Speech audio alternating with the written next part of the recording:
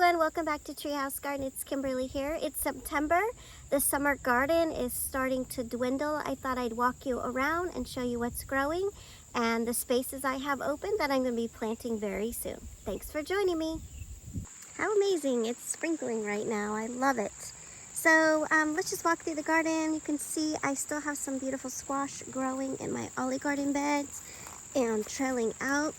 I've ripped out a lot of things in the beds, and so I've got the weeds out, ready to plant those. Basil, jalapenos growing strong. My back beds had cantaloupe in them and some butternut, and pretty much done and ripped most of that out, so a lot of room to grow things there.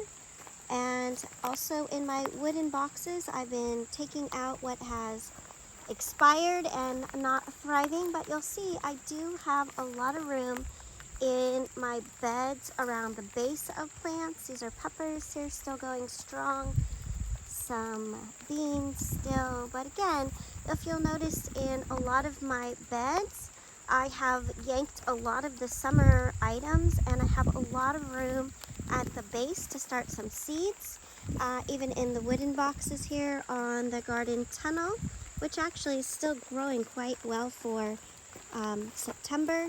And again, lots of room in the bed. So when you're looking at your summer garden and you're slowly taking things out that are starting to expire or not look healthy, just think about the fact that this is still warm.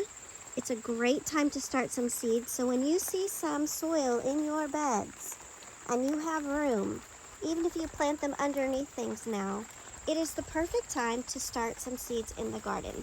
So we can do broccoli, cauliflower, bok choy, lettuces, kale, Swiss chard, Brussels sprouts, oh gosh, all the root vegetables, carrots, beets, turnips, fennel even, leeks, parsley, cilantro, arugula. So as you're looking at your garden beds, think about starting some fall winter crops in the beds without taking out everything for summer. So find a patch of dirt, plant some seeds. I'll be sharing in little snippets what I'm planting every day.